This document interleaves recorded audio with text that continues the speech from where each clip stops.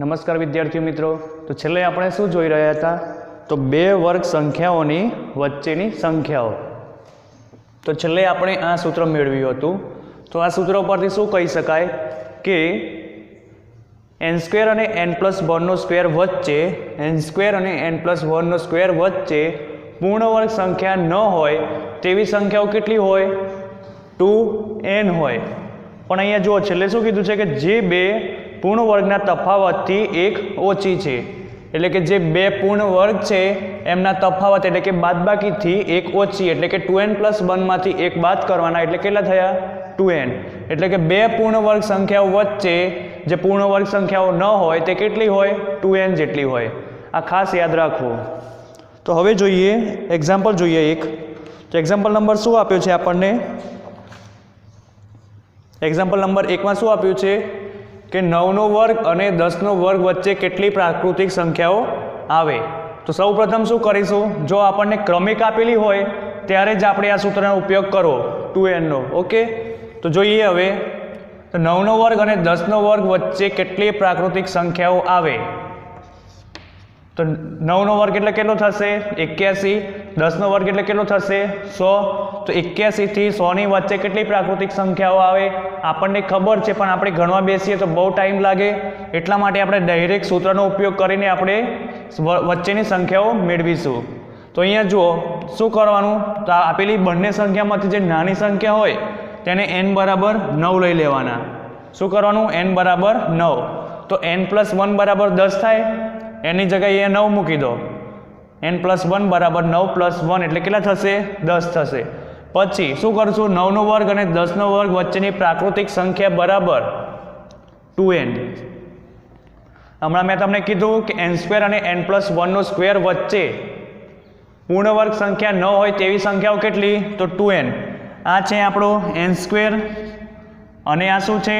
n+1². તમે અહીંયા n એટલે કેટલા લીધા છે? 9. તો 9² અને 9 + 1² એટલે કેટલા થશે? 10² વચ્ચેની પ્રાકૃતિક સંખ્યા કેટલી હોય? 2n. તો બરાબર 2. n બરાબર કેટલા લીધા હતા આપણે? 9. તો 2 9 કેટલા થશે? 18. તો તમે ગણી જોવો એવું હોય તો કે 9નો વર્ગ અને 10નો વર્ગ એટલે કે 81 અને 100 ની વચ્ચે કેટલી સંખ્યાઓ મળશે? આપણને 18 મળશે.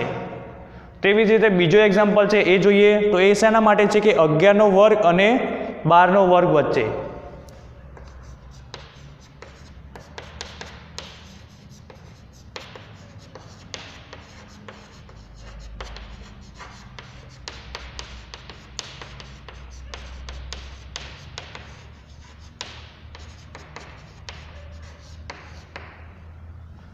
અગિયારનો વર્ગ અને 12નો વર્ગ. 11નો વર્ગ કેટલો? 121.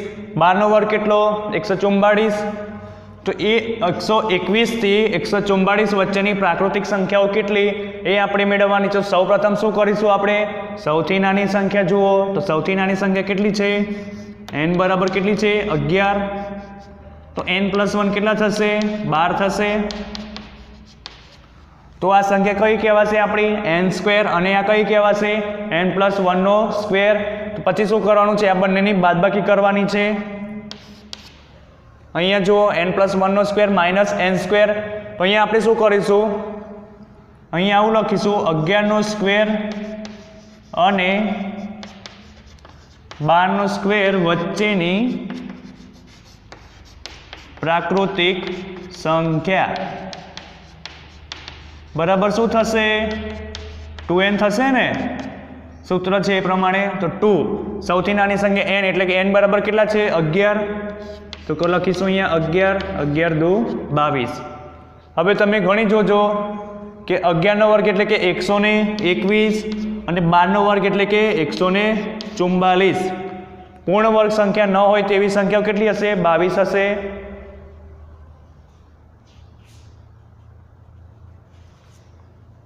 સોરી, વચ્ચેની પ્રાકૃતિક સંખ્યા 22 હશે. ઓકે, તો અહીંયા આપણે બે એક્ઝામ્પલ પૂરા થયા. તો એમાં શું કર્યું કે અહીંયા આપણને આપેલું હતું કે 9નો વર્ગ અને 10નો વર્ગ. તો n બરાબર આપણે 9 લઈશું. જે સૌથી નાની સંખ્યા હોય એ લેવાની આપણે, એટલે કે n બરાબર 9. તો n+1 બરાબર 10 થશે. પછી 9નો વર્ગ અને 10નો વર્ગ વચ્ચેની પ્રાકૃતિક સંખ્યા બરાબર 2n. મેં તમને સૂત્ર કીધું એ પ્રમાણે 2n લખ્યા છે મેં અહીંયા. બરાબર n બરાબર કેટલા મૂકવાના આપણે? 9 મૂકીશું. તો 2 9 18. એટલે કે 81 અને 100 ની વચ્ચે કેટલી સંખ્યાઓ આવશે? 18 સંખ્યાઓ આવશે. 18 પ્રાકૃતિક સંખ્યાઓ આવશે. પછી શું કીધું છે? તેવી જ રીતે 11નો વર્ગ અને 12નો વર્ગ. તો સૌથી નાની સંખ્યા લેવાની n બરાબર 11, એટલે કે n+1 કરીશું, એટલે કે n માં 1 ઉમેરીશું, એટલે કેટલા થશે? 12. તો 11નો વર્ગ અને 12 વચ્ચેની પ્રાકૃતિક સંખ્યા બરાબર 2n. n ની જગ્યાએ આપણે 11 મૂકીશું, તો કેટલા થયા? 22 થયા. હવે જોઈએ બીજો એક્ઝામ્પલ જોઈએ એક. તો શું આપેલું છે કે નીચે આપેલ પૂર્ણ વર્ગ સંખ્યાઓની જોડીઓ વચ્ચે પૂર્ણ વર્ગ ન હોય તેવી કેટલી સંખ્યાઓ આવે?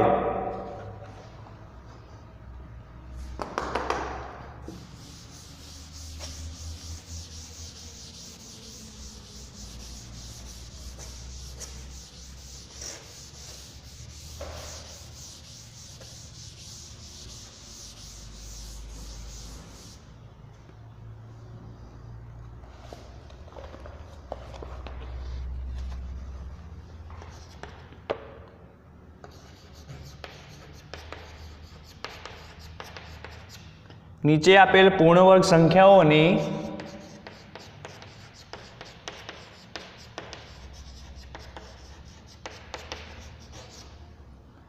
જોડીઓ વચ્ચે પૂર્ણ વર્ગ ન હોય.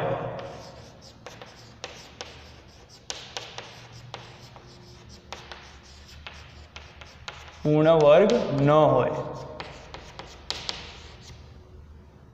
તેવી કેટલી સંખ્યાઓ આવે? તો એ શોધવાનું છે આપણે હવે.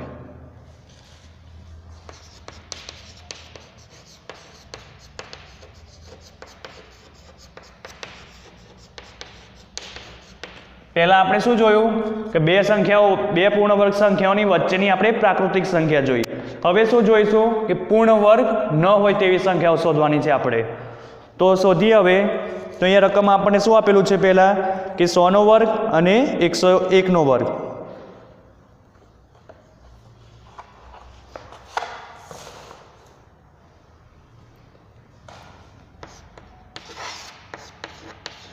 નો વર્ગ અને 101નો વર્ગ. તો સૌપ્રથમ શું કરશું આપણે? સૌથી નાની સંખ્યા જોશું. સૌથી નાની 100 છે, તો લખીશું n બરાબર કેટલા લખીશું? 100. બરાબર છે. પછી શું કરશું? તો 100નો વર્ગ, જો n+1 કેટલા થશે? 101. પછી શું કરશું? 100નો વર્ગ અને 101 નો વર્ગની વચ્ચે આવતી પ્રાકૃતિક સંખ્યા શોધશું. બરાબર શું થશે? 2n. સૌથી નાની સંખ્યા કેટલી? 100. તો કેટલી થશે? 200 થશે. પછી શું કરીશું? આના ઉપરથી શું કહેવાય કે 100 અને 101 બે ક્રમિક પ્રાકૃતિક સંખ્યાઓ છે. એ તો આપણને ખબર જ છે. 100 અને 101 કેવી છે? બે ક્રમિક પ્રાકૃતિક સંખ્યાઓ. એટલે કે જોડે જોડે એના પછીની જે સંખ્યા આવતી હોય, ધારો કે 1 હોય, 1 પછી 2 આવતી હોય, તો એ બંને કેવી સંખ્યા કહેવાશે? ક્રમિક સંખ્યાઓ કહેવાશે.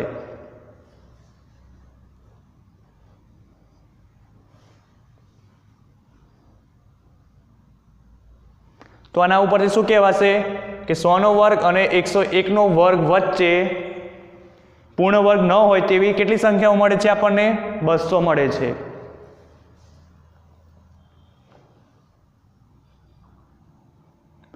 તેવી જ રીતે બીજો એક્ઝામ્પલ આપેલો છે કે 90નો વર્ગ અને 91નો વર્ગ.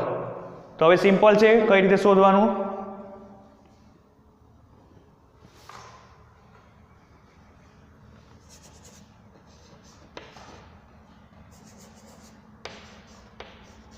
નો વર્ગ અને 91નો વર્ગ માટે જોઈએ હવે. તો n બરાબર શું લખાશે? અહીંયા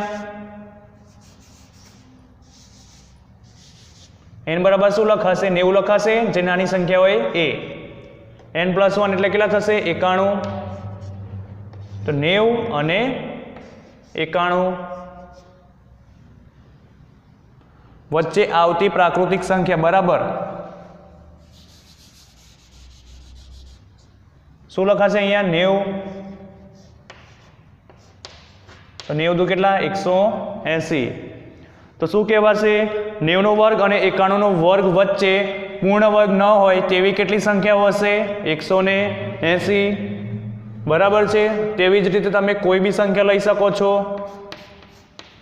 પણ કેવી સંખ્યા હોવી જોઈએ? હંમેશા ક્રમિક સંખ્યા હોવી જોઈએ, એટલે કે એના પછી જે આવતી હોય એ જ સંખ્યા હોવી જોઈએ. અહીંયા જો 90 પછી કેવી છે? 91. હવે જો હું બીજું એક્ઝામ્પલ લઉં છું મારી રીતે, તો લઉં હું 3 નો વર્ગ અને 4 નો વર્ગ. તો હવે શું કરશું આપણે? આ બંને વચ્ચેની પૂર્ણ વર્ગ સંખ્યા ન હોય તેવી સંખ્યાઓ મેળવવાની છે. તો અહીંયા સૌપ્રથમ શું કરીશું? n બરાબર કેટલા થશે? જે નાની સંખ્યા હોય આપણી 3.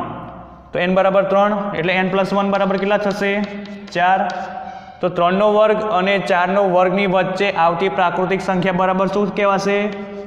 2n બરાબર 42. n બરાબર 3 મૂકીશું ને, તો 42 કેટલી થયા? 6 થયા.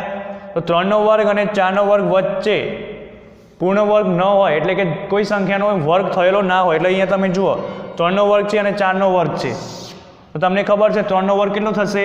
9. અને 4 નો વર્ગ કેટલો થશે? 16. તો અહીંયા આપણો જવાબ કેટલો આવ્યો? અહીંયા 6 આવ્યો, કે વચ્ચે પૂર્ણ વર્ગ ન હોય તેવી કેટલી સંખ્યાઓ છે? 6 છે. 3 નો વર્ગ અને 4 નો વર્ગ વચ્ચે પૂર્ણ વર્ગ સંખ્યા ન હોય તેવી 6 સંખ્યાઓ છે. તો તમે અહીંયા જુઓ 9 અને 16 એટલે એની વચ્ચે કેટલી સંખ્યાઓ આવશે?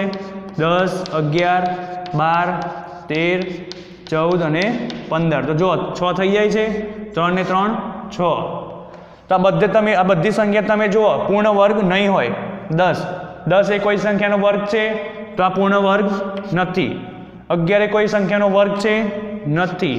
12 પણ નથી, 13 પણ નથી, 14 પણ નથી, 15 પણ નથી. બરાબર છે. તો પૂર્ણ વર્ગ ન હોય એવું શોધવું હોય તો કઈ રીતે શોધશો? આ જ રીતે. પણ સંખ્યા કેવી હોવી જોઈએ? હંમેશા ક્રમિક હોવી જોઈએ.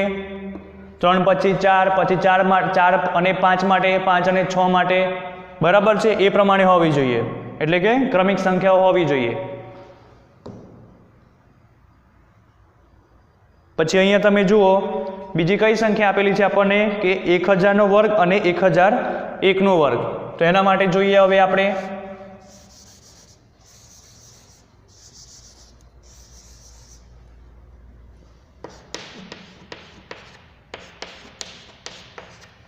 એટલે સૌથી નાની સંખ્યા કઈ છે આમાં? 1000. તો 1000 લઈશું. n+1 એટલે કેટલા થશે? 1001 થશે. પછી શું કરીશું? અહીંયા 1000 નો વર્ગ અને 1001 ની વર્ગની વચ્ચેની પ્રાકૃતિક સંખ્યાઓ જોઈશું. એ વચ્ચે આવતી પ્રાકૃતિક સંખ્યા એટલે 2n. n બરાબર કેટલા લીધા આપણે? 1000 લીધા ને, તો અહીંયા લખીશું 1000 એટલે કેટલા થશે? 2000.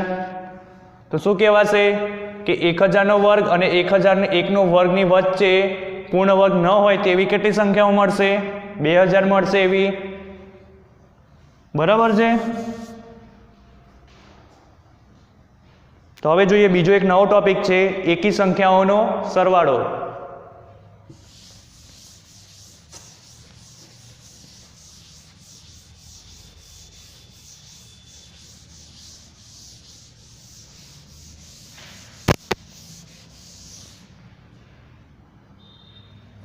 એકી સંખ્યાઓનો સરવાળો.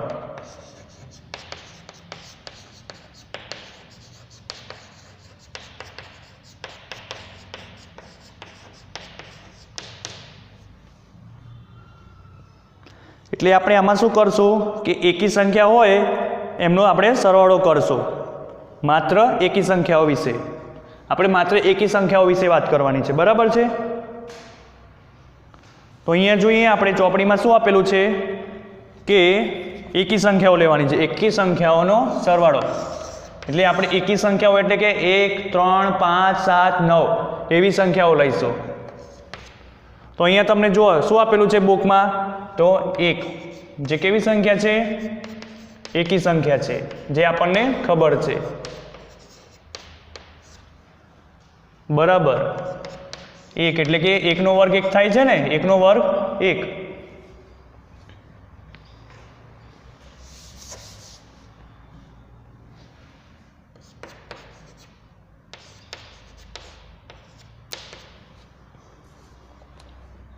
હવે જોઈએ બીજી એકી સંખ્યા જોઈએ તો 1 પછી બીજી કઈ સંખ્યા આવશે 3 તો અહીંયા લખીશું પ્રથમ બે એકી સંખ્યાઓનો સરવાળો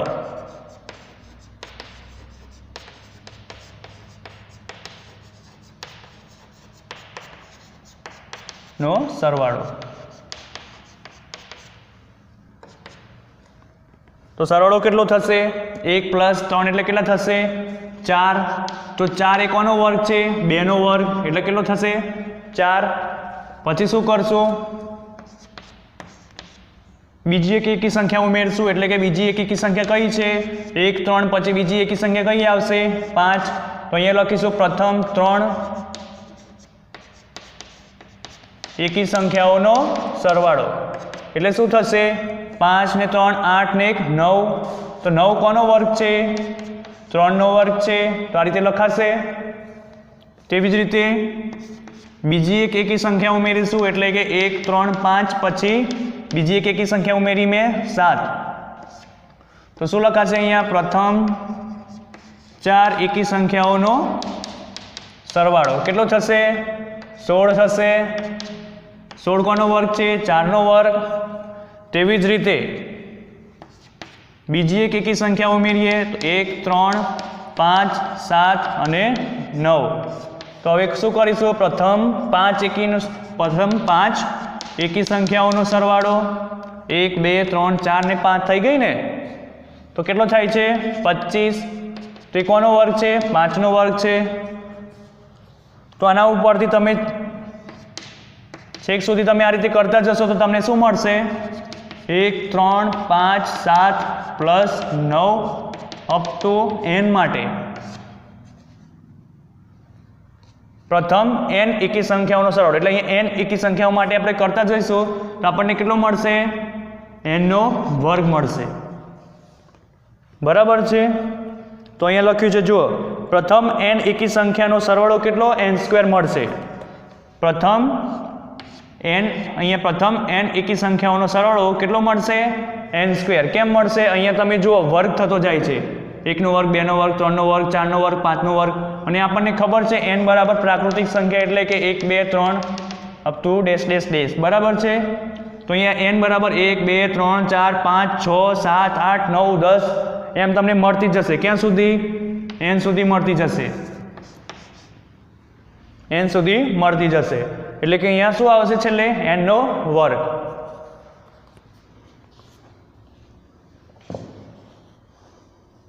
તો આના પરથી શું કહેવાય કે જો કોઈ સંખ્યા પૂર્ણ વર્ગ સંખ્યા છે જો કોઈ સંખ્યા બધી કેવી સંખ્યા છે પૂર્ણ વર્ગ સંખ્યા છે 1 4 9 16 25 એટલે કે કોઈનો વર્ગ થયેલો છે 1 4 9 16 25 એ બધી કેવી સંખ્યા છે પૂર્ણ વર્ગ સંખ્યા છે તો તેને 1 થી શરૂ કરી ક્રમિક એકી સંખ્યાના સરવાળા તરીકે રજૂ કરી શકાય છે તો તેને જો 1 થી શરૂ કરી ક્રમિક એકી સંખ્યાના સરવાળા તરીકે રજૂ કરી શકાય છે જો દરેકમાં તમે જો 1 થી શરૂઆત થાય છે અને ક્રમિક એકી સંખ્યાઓનો સરવાળો એટલે જો 1 પછી 3 આવે 5 આવે 1 3 5 7 1 3 5 7 9 તેવી જ રીતે તમે 1 3 5 7 9 11 કરશો તો કેટલા મળશે તમને 36 મળશે પછી એ રીતે 49 મળશે એમ છેક સુધી તમને સંખ્યા મળતી રહેશે તો અહીંયા એ વાત સાચી પડે છે અહીંયા જુઓ જો કોઈ સંખ્યા પૂર્ણ વર્ગ સંખ્યા છે તો તેને 1 થી શરૂ કરી ક્રમિક એકી સંખ્યાના સરવાળા તરીકે રજૂ કરી શકાય છે એકી સંખ્યાના સરવાળા તરીકે રજૂ કરી શકાય છે તો અહીંયા બીજું શું આપેલું છે કે અહીં 2 3 5 6 વગેરે પૂર્ણ વર્ગ ન હોય તેવી સંખ્યાઓ છે શું આપણે તેને 1 થી શરૂ કરી ક્રમિક તમે કહી શકશો કે આ રીતે રજૂ કરી શકાય નહીં તો આપણે વિચારીશું ઉદાહરણ નંબર લઈએ એક તો પહેલાં આપણે એકી સંખ્યા માટે વિચારીએ કઈ સંખ્યા માટે વિચારીશું આપણે સૌપ્રથમ એકી સંખ્યા માટે વિચારીએ કે જે પૂર્ણ વર્ગ હોય એકી સંખ્યા લઈશું આપણે અને પૂર્ણ વર્ગ સંખ્યા હોવી જોઈએ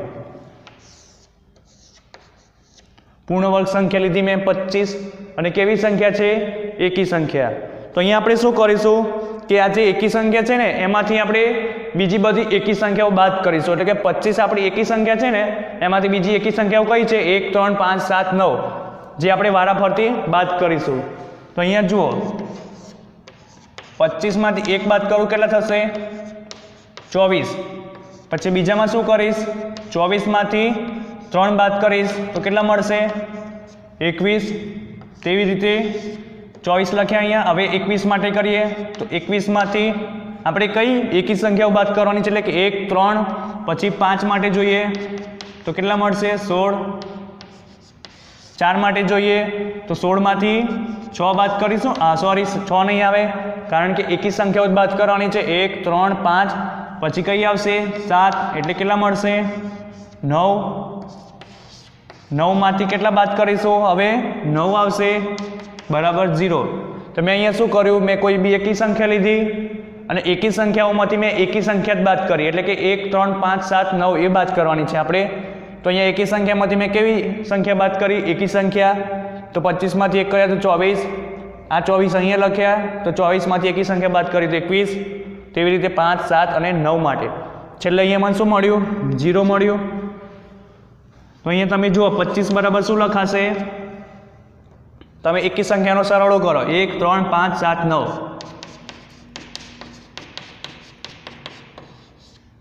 હવે તમે આનો સરવાળો કરશો તો તમને કેટલો મળશે 25 જ મળશે. આપણે 25 માટે શોધ્યું ને તો આપણને તમે આનો સરવાળો કરશો તો પણ કેટલો મળશે 25 જ મળશે. અર્થાત 25 એ પૂર્ણ વર્ગ સંખ્યા પણ છે. પછી શું કીધું છે કે બીજી સંખ્યા 38 માટે વિચારો. જો આના માટે તો આપણું સાચું પડ્યું. આમાં શું કીધું હતું આપણને કે જો કોઈ સંખ્યા પૂર્ણ વર્ગ સંખ્યા છે તો 25 એ કોઈ પૂર્ણ વર્ગ સંખ્યા છે તો તેને 1 થી શરૂ કરી ક્રમિક એકી સંખ્યાના સરવાળા તરીકે રજૂ કરી શકાય. શું કીધું છે અહીંયા, તો તેને 1 થી શરૂ કરી, જો 1 થી શરૂ કરી છે ને, ક્રમિક એકી સંખ્યાના સરવાળા તરીકે રજૂ કરી શકાય. આ એકી સંખ્યાનો ક્રમિક સરવાળો છે 1 3 5 7 9. જો પૂર્ણ વર્ગ સંખ્યાને ક્રમિક એકી સંખ્યાના સરવાળા તરીકે રજૂ કરી શકાય છે ને અહીંયા. તો આ માટે આપણું સાચું છે. હવે આપણે બેકી સંખ્યા માટે જોવાનું છે. તો એકી સંખ્યા માટે સાચું છે. હવે બેકી માટે જોઈશું તો બેકી માટે કઈ સંખ્યા આપેલી છે કે 38. તો શું 38 માટે જોવાનું છે આપણે.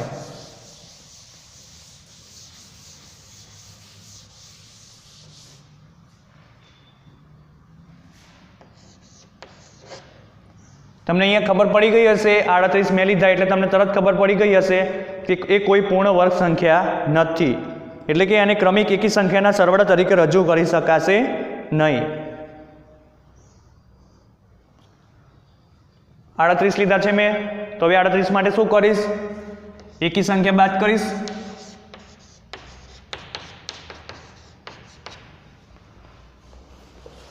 તેવી જ રીતે 37માંથી કેટલા બાદ કરીશ 3.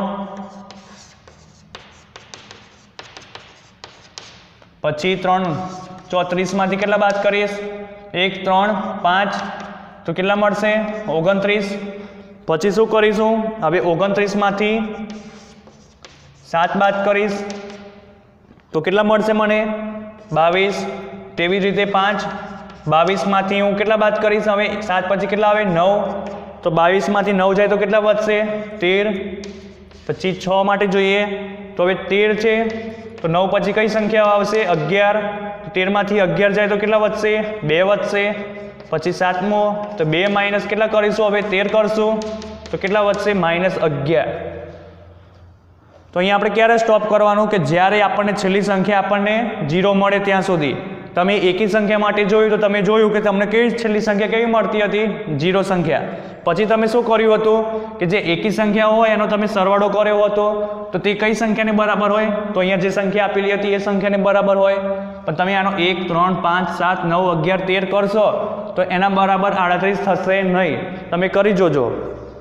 એટલે કે અહીંયા શું લખાશે કે 38ને 1 થી શરૂ કરી ક્રમિક એકી સંખ્યાના સરવાળા તરીકે રજૂ કરી શકાતા નથી, તેમજ 38 એ પૂર્ણ વર્ગ સંખ્યા નથી.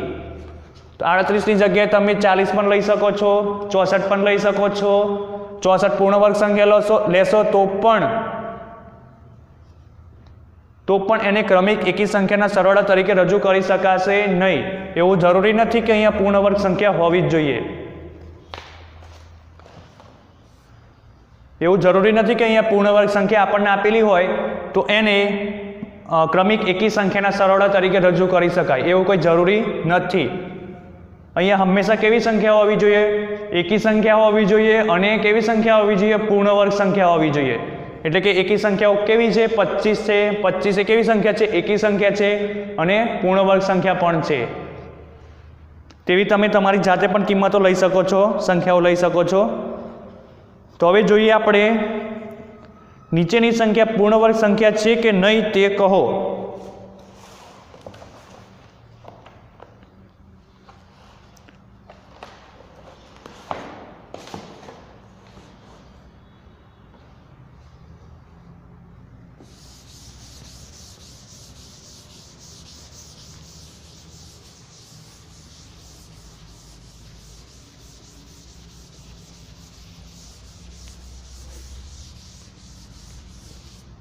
શું કીધું છે? નીચેની સંખ્યા પૂર્ણ વર્ગ સંખ્યા છે કે નહીં તે લખો.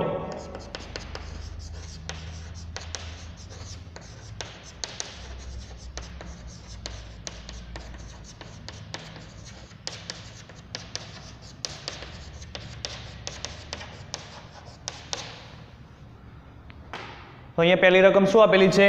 121.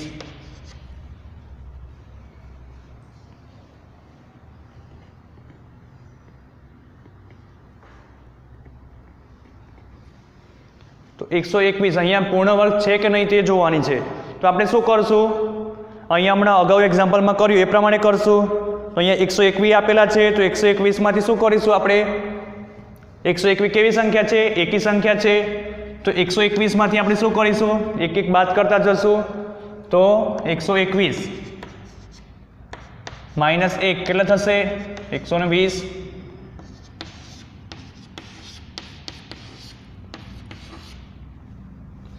હવે શું કરીશ? 120 માંથી 3 બાદ કરીશ. કેટલા વધશે? 117. પછી 117 માંથી 5 બાદ કરીશ તો કેટલા મળશે મને? 112. તેવી રીતે 112 માંથી 7 બાદ કરીશ તો કેટલા મળશે? 105. તેવી રીતે 105 માંથી હું કેટલા બાદ કરીશ?